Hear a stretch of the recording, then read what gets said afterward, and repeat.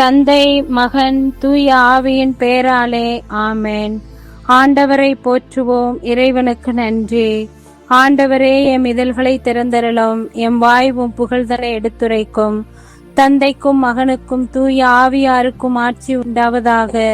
துவக்கத்தில் இருந்தது போல இப்பொழுதும் எப்பொழுதும் என்றென்றும் இருப்பதாக. ஆமேன். ஏப்ரல் 9 பாஸ்கா என்கிழமையில் வியாழன். ஆண்டவரே, உமது பெயர் உலகெங்கும் எவ்வளவு மேன்மையாய் விளங்குகின்றது. சேசுமரி சூசை, நான் மது அடைக்கலத்தில் கண்விழித்து யாதொரு பொல்லாப்பையும் காணாமலும் நினையாமலும் செய்யாமலும் இருக்க கடவேனாக.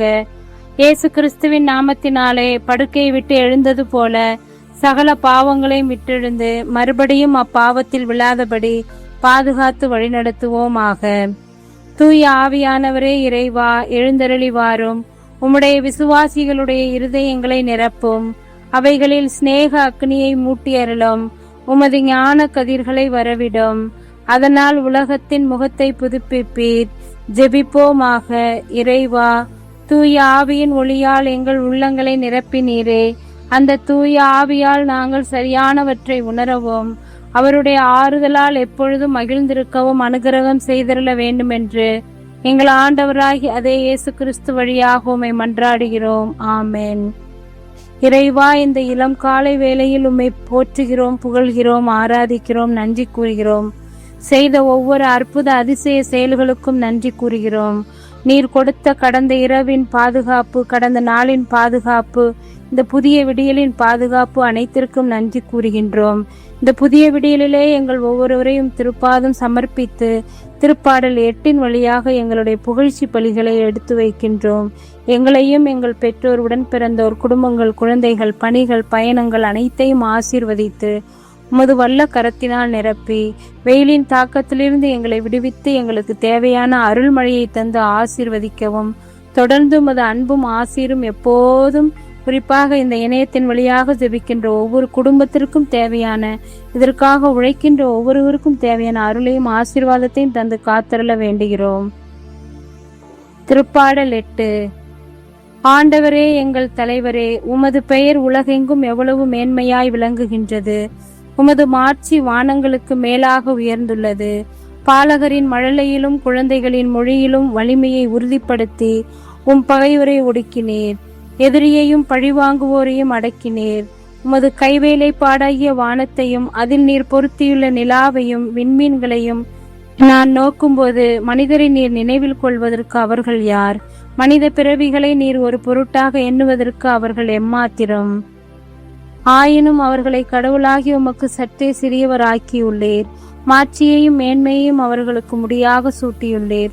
உமது கை படைத்தவற்றை அவர்கள் ஆளும்படி செய்துள்ளீர். எல்லாவற்றையும் அவர்கள் பாதங்களுக்கு கீழ்ப்படுத்தியுள்ளீர். ஆடு மாடுகள், எல்லா வகையான காட்டு விலங்குகள், வானத்து பறவைகள், கடல் மீன்கள், ஆழ்கடலில் நீந்தி செல்லும் உயிரினங்கள் அனைத்தையும் அவர்களுக்கு கீழ்ப்படுத்தியுள்ளீர். ஆண்டவரே, எங்கள் தலைவரே, உமது பெயர் உலகெங்கும் எவ்வளவு மேன்மையாய் விளங்குகின்றது. தந்தைக்கும் மகனுக்கும் தூய ஆவியாருக்கும் ஆட்சி உண்டாவதாக. துவக்கத்தில் இருந்தது போல இப்பொழுதும் எப்பொழுதும் என்றென்றும் இருப்பதாக. ஆமேன். ஆண்டவர் தோற்றுவித்த வெற்றியின் நாள் இதுவே. இன்று அக்களிப்போம், அகமகிழ்வோம். அருள்வாக்கு. தூய லூக்கா எழுதிய பரிசுத்த நற்செய்தியிலிருந்து வாசகம். பிரிவு 24. இறை சொற்றொடர்கள் 35 48 முடிய. சீடர்கள் வழியில் நிகழ்ந்தவற்றையும் இயேசு அப்பத்தை பிட்டு கொடுக்கும்போது அவரை கண்டுணர்ந்து கொண்டதையும் இங்கு இருந்தவர்களுக்கு எடுத்துரைத்தார். சீடர்கள் இவ்வாறு பேசிக் கொண்டிருந்த போது இயேசு அவர்கள் நடுவில் நின்று, உங்களுக்கு அமைதி உரித்தாகுக என்று அவர்களை வாழ்த்தினார்.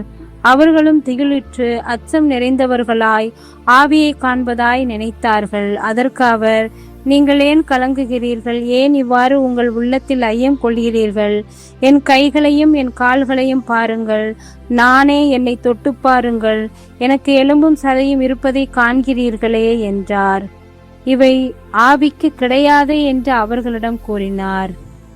வாழ்வு தரும் கிறிஸ்துவின் நற்செய்தி. கிறிஸ்துவே, உமக்கு புகழ். உயிர்த்த இயேசுவை அனைவரிலும் அனைத்திலும் காண்போம். உயிர்த்த ஆண்டவரின் தோற்றம் நம்மை வியக்க செய்கின்றது. அவர் ஒளியாக இருந்தாரா? அவர் உடலில் ஒளிர்ந்தாரா? அவருக்கு முடி நகம் போன்ற இறந்த அணுக்கள் இருந்தனவா? அவர் ஆவியின் நிலையில் இருந்தாரா? திடப்பொருளாக இருந்தாரா என்றெல்லாம் நாம் யோசிக்கின்றோம். இன்றைய நற்செய்தி நமக்கு தெளிவாக சொல்கின்றது. உயிர்த்த இறைமகன் இயேசு மனித தன்மையைப் போலவே உயிர்த்தெழுந்து என் கைகளையும் கால்களையும் தொட்டு பாருங்கள் என்று சதையும் உடலுமாக நான் வந்திருக்கின்றேன் என்று நமக்கு கூறுகின்றார். நாமும் நமது வாழ்க்கையில் அதை உணர வேண்டும். அந்த உயிர்த்த இயேசு நம்மோடு வாழ்கின்றார் என்று வாழ வேண்டும். உணர்வோடு தொடர்ந்து வாழ தேவையான அருள் வேண்டி மன்றாடுவோம். விண்ணுலகில் இருக்கிற எங்கள் தந்தையே, மது பெயர் தூயதென போற்ற பெறுக. மது ஆட்சி வருக. மது திருவுளம் விண்ணுலகில் நிறைவேறுவது போல மண்ணுலகிலும் நிறைவேறுக. எங்கள் அன்றாட உணவை இன்று எங்களுக்கு தாரும். எங்களுக்கு எதிராக குற்றம் செய்தோரை நாங்கள் மன்னிப்பது போல எங்கள் குற்றங்களை மன்னியும். எங்களை சோதனைக்கு உட்படுத்தாதேயும், தீமை நின்று எங்களை விடுவித்தருளும். ஆமேன். அருள் நிறைந்த மரியே வாழ்க.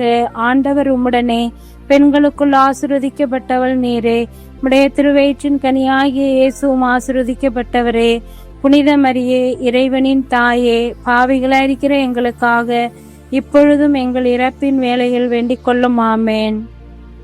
இறைவா, நான் துரும்பிலும் துரும்பு, தூசியிலும் தூசி. நீரெண்ணில் செயல்பட்டால் நான் வல்லமையுள்ள கருவியாவேன். இயேசுவுக்கே புகழ், இயேசுவுக்கே நன்றி. மரியே வாழ்க. இயேசுவின் திருவுடலும் திரு ரத்தமும் எமக்கு ஜெயம். மரியே வாழ்க.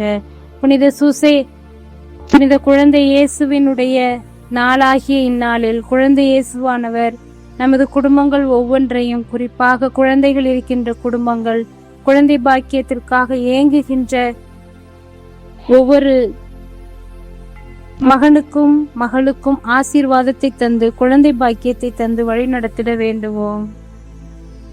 இன்றைய நாள் இனிய நாளாய் அமைய வாழ்த்துக்கள். அனைவருக்கும் காலை வணக்கம். தந்தை மகன் தூய ஆவியின் பேராலே. ஆமேன்.